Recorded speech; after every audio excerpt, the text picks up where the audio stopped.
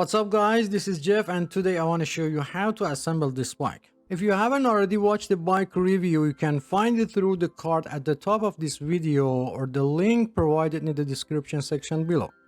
I apologize for the previous videos that only had music in them. Due to copyright issue, I had to replace all the sound with the just music. However, as I promised, I've created a new video that includes explanation and a closer look at the bike. Although, as Moody6 commented, even without explanation, the video itself is self-explanatory. Thanks for all supportive comments. I hope this video will help you during the assembly process.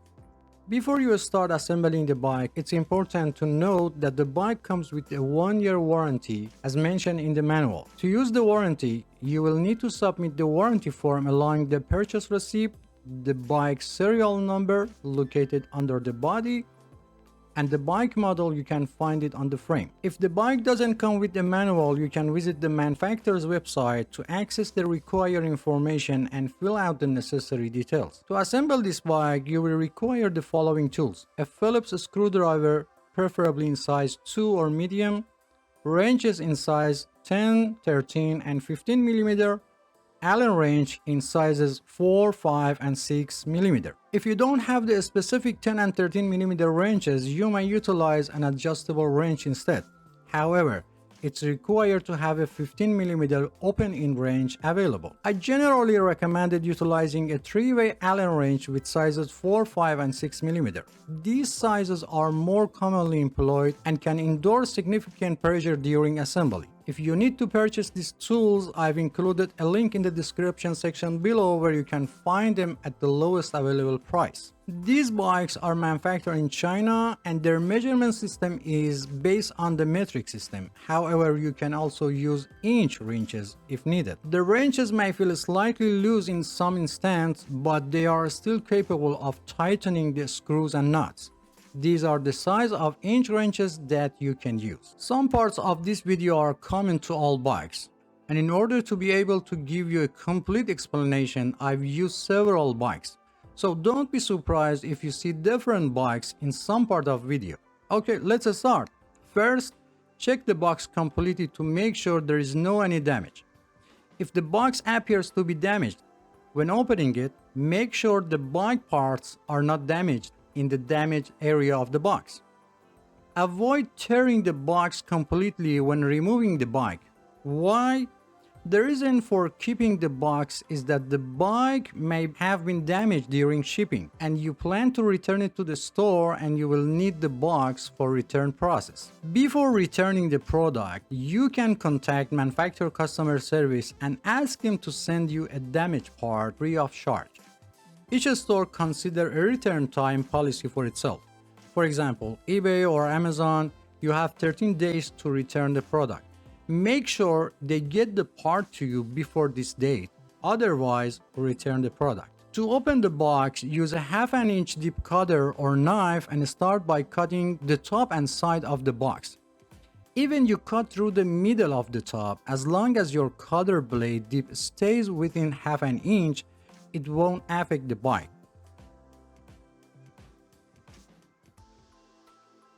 After opening the box, visually inspect the internal components including the wheels, front fork, rear derailleur, and handlebar to make sure they are free of any damage.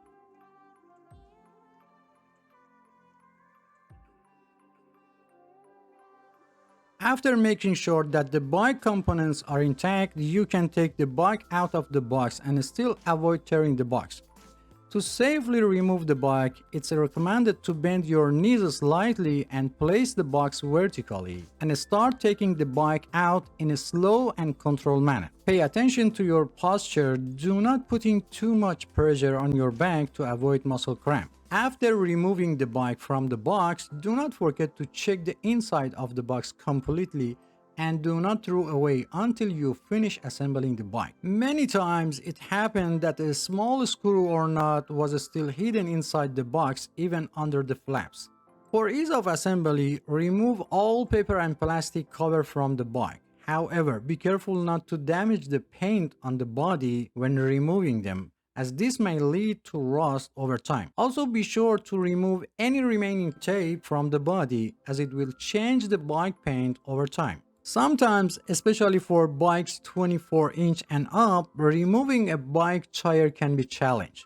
Be careful not to apply too much pressure when trying to remove the tire because it can lead to bend or broken spoke. To successfully remove the wheel, gently push the bike forward and backward while rotating the tire in the same direction to release.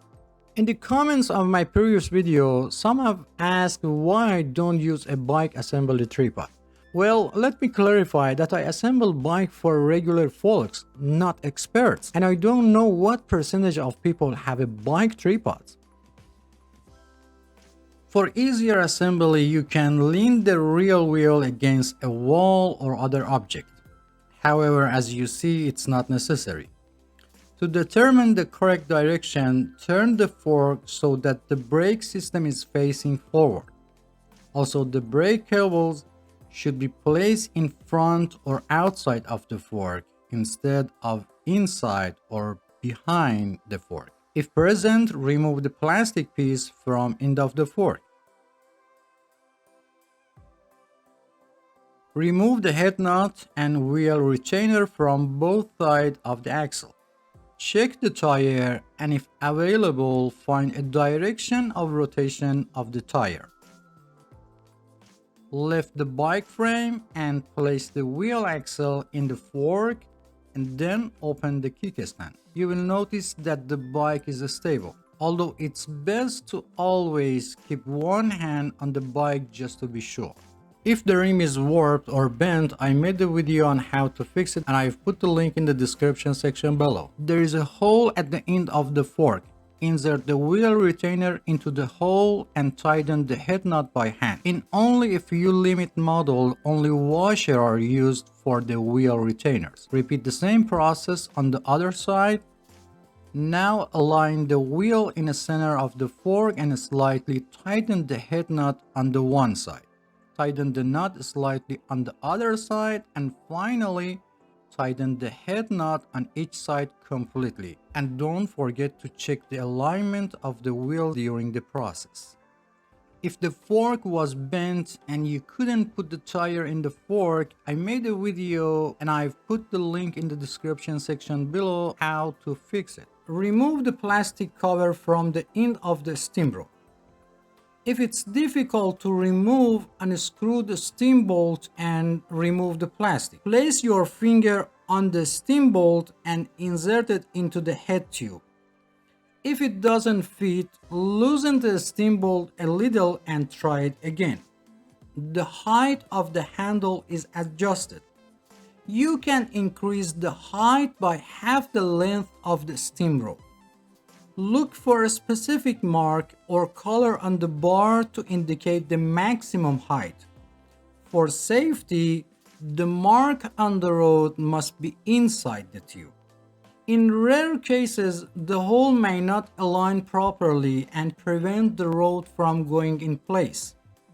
If this happens, use an iron file to slightly open the head tube.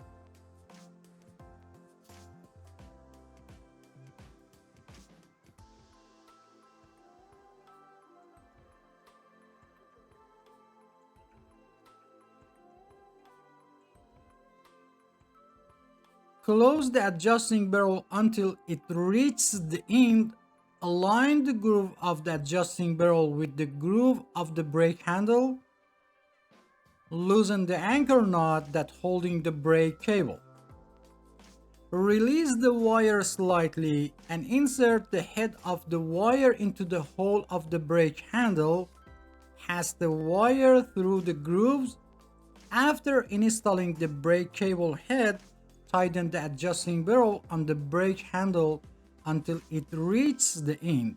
Close the adjusting barrel on brake handle completely and make sure that the groove of the adjusting barrel is not aligned with the groove of the brake handle.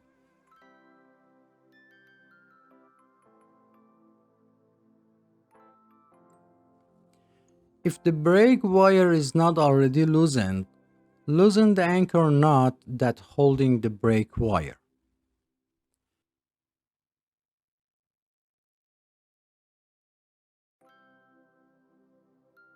Check that the brake pads are only in contact with the rim when braking. Press the brake arm and observe the position of the pads and adjust them if necessary.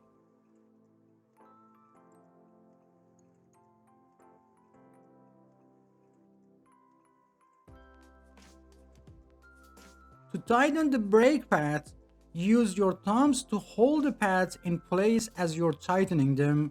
This prevents the pad from rotating during tightening.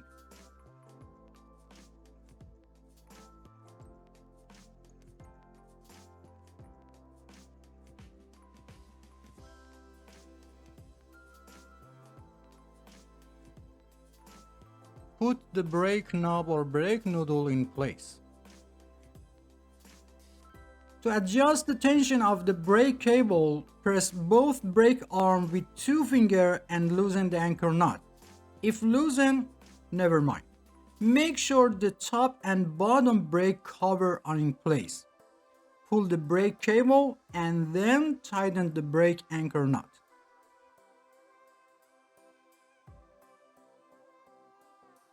If the brake arms don't move together, start by loosening the two tension screws until they are completely loose but still hold in place.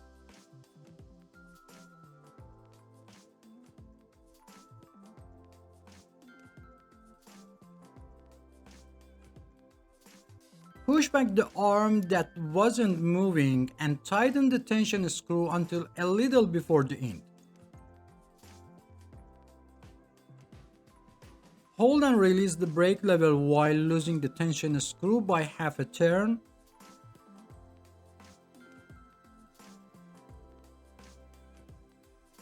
Repeat this process of holding and releasing the brake and loosen the tension screw until both arms move together. Finally, when both arms move together, slightly tighten the tension screw on both sides to make sure it stays in place and won't come off. Test the brake by moving the front wheel and pressing the brake lever to make sure the brakes are set correctly. If the rim is warped or bent, I made a video on how to fix it and I've put the link in the description section below. Ideally, the distance between the brake lever and a grip should not be less than half a full size. As you watch the video, I want to share something with you. When people take the time to publish a video on YouTube, their goal is to share their information with others and they need support. Your subscribing means supporting the person or the channel to share videos. So please subscribe to the channel for support me. When you watch a video and use it information, giving a like tells the creator of the video that your video was helpful and useful, and dislike encourages them and it's helped the video maker a lot to make more and better video for you. So don't forget to like the video. And if you post a comment and express your feeling toward the video, it's a sign of your generosity that you are showing to YouTuber in return. And finally, sometimes I get good discounts and I will share them on the channel. If you want to be able to use it during the discount period, turn on all notifications to be the first. And thanks for watching. If the brake levers are loose, install them in line with the handlebar or at the 20-degree angle downward from the handlebars. Sometimes you hear a cracking sound while tightening the screw. This is normal and don't worry.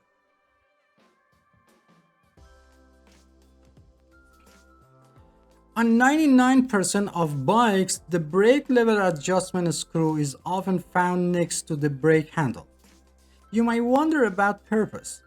Sometimes people with a smaller hand, especially children, find it difficult to reach and hold the brake handle properly. In such case, you can adjust the screw to reduce the distance between the brake handle and the handlebar grips. If necessary, start by loosening the anchor knot that holds the brake's wire. Then tighten the screw on the brake handle.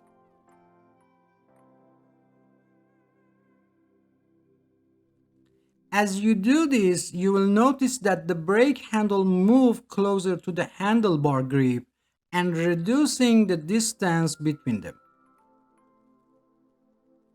It's important to note that this adjustment doesn't affect the overall performance of the brake system, and you can always revert it back to its original state if desired. If the reflector is loose, align it horizontally and tighten it with the Phillips screwdriver. However, be careful not to over tighten the screw because it may cause the reflector to break.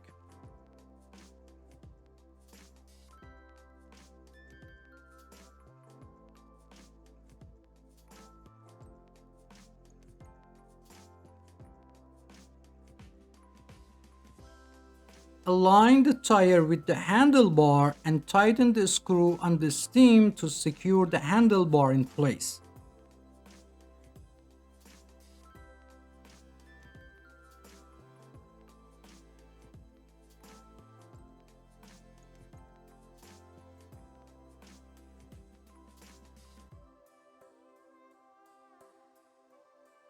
To install the pedals, find the right side of the pedal by checking the letters R or L labeled on the pedals. If there is no label, look for engraved letters on the bottom of the metal part. If the chain has came off the sun wheel or sprocket, reinstall it by placing it on the sprocket with your thumb and turning the pedal once.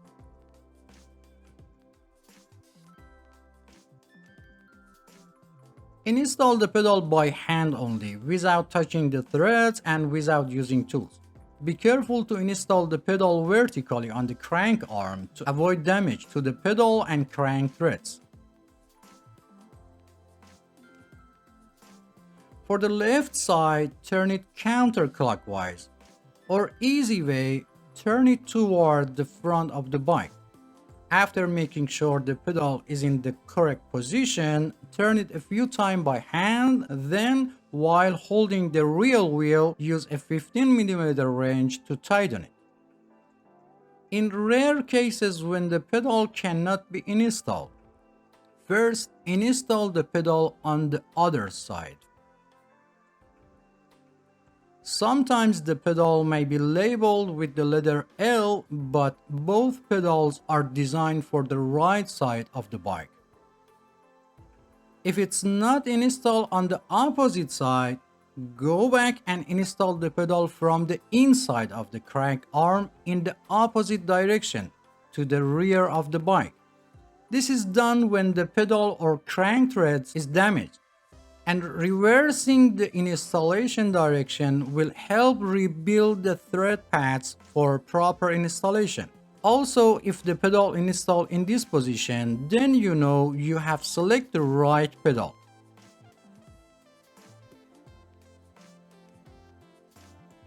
After installing the pedal for one side, repeat the same process for opposite side and make sure that the direction of rotation of the pedal is clockwise or toward the front of the bike. It doesn't matter if it's right or left, always install them toward the front of the bike. If your wrench gets stuck after tightening the pedal, to remove, push the wrench toward the outside of the crank arm and release it at the same time.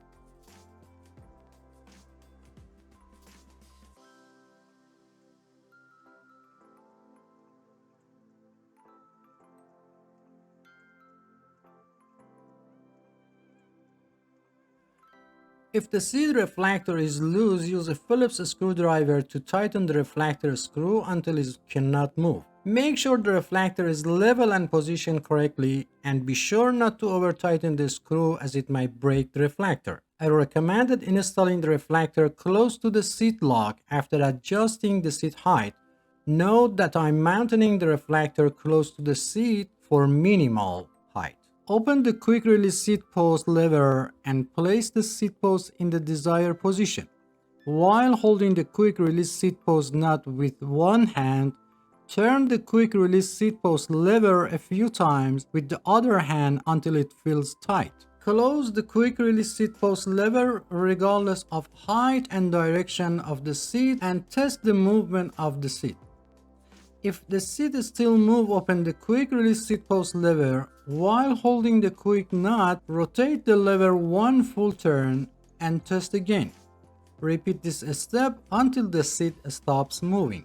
After the seat is secure, open the quick release seat post lever and adjust the height and direction of the seat and close the quick release seat post lever. If the seat continues to move after locking, you may need to tighten the seat clamp nuts.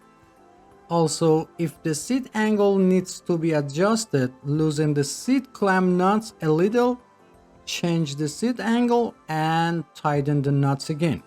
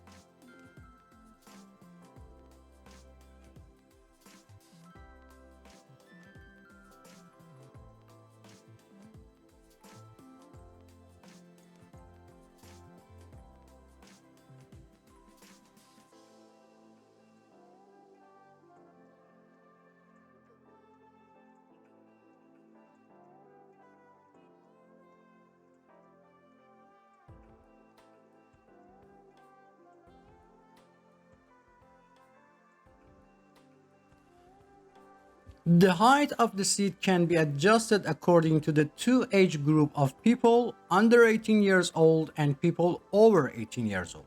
It's important to keep in mind that the body continues to grow until about 18 to 25 of age and then growth slows down. For children under 14, it's recommended to buy a slightly larger bike to accommodate their future growth and choose the right size for people over 18 years old. It should be noted that the age alone is not a determining factor and body size and proportion are more important.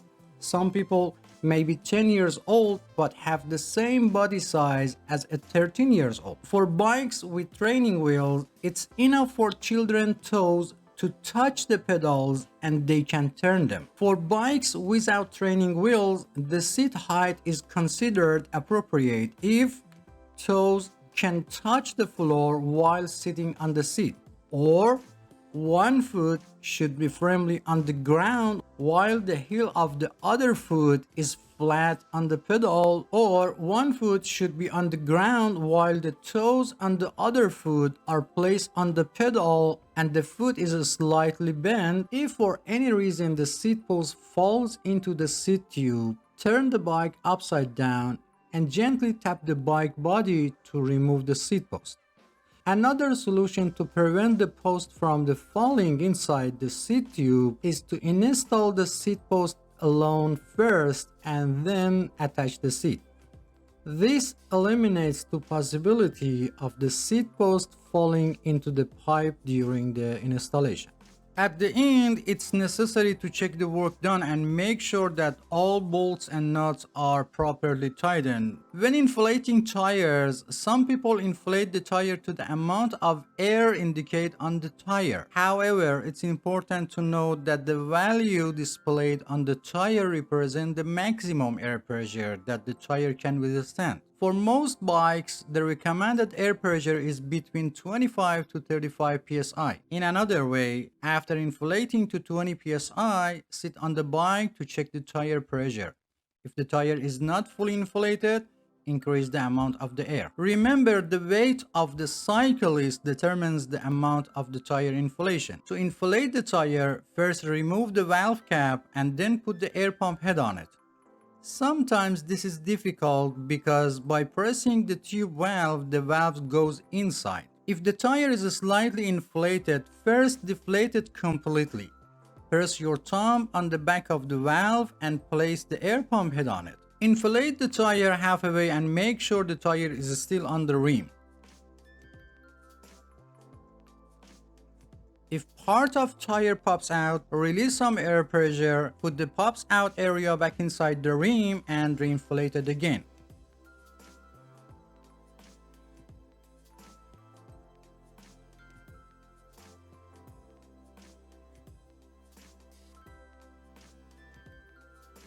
Over 90% of bike tubes have a Schrader valve, while the rest have the Presta valve. For Presta valve, you either need an air pump that supports this type of valve, or you need a converter to conversion Presta valve to Schrader valves. To inflate the Presta model, first tighten the nut holding the valve on the rim, then remove the valve cap and open the nut above the valve all the way.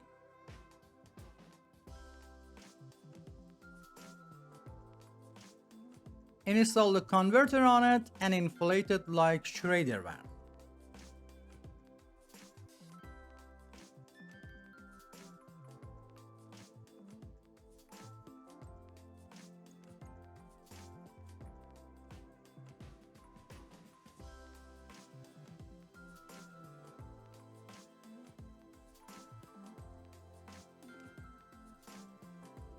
After inflating, first remove the air pump head, then remove the converter and close the nut above the valve again.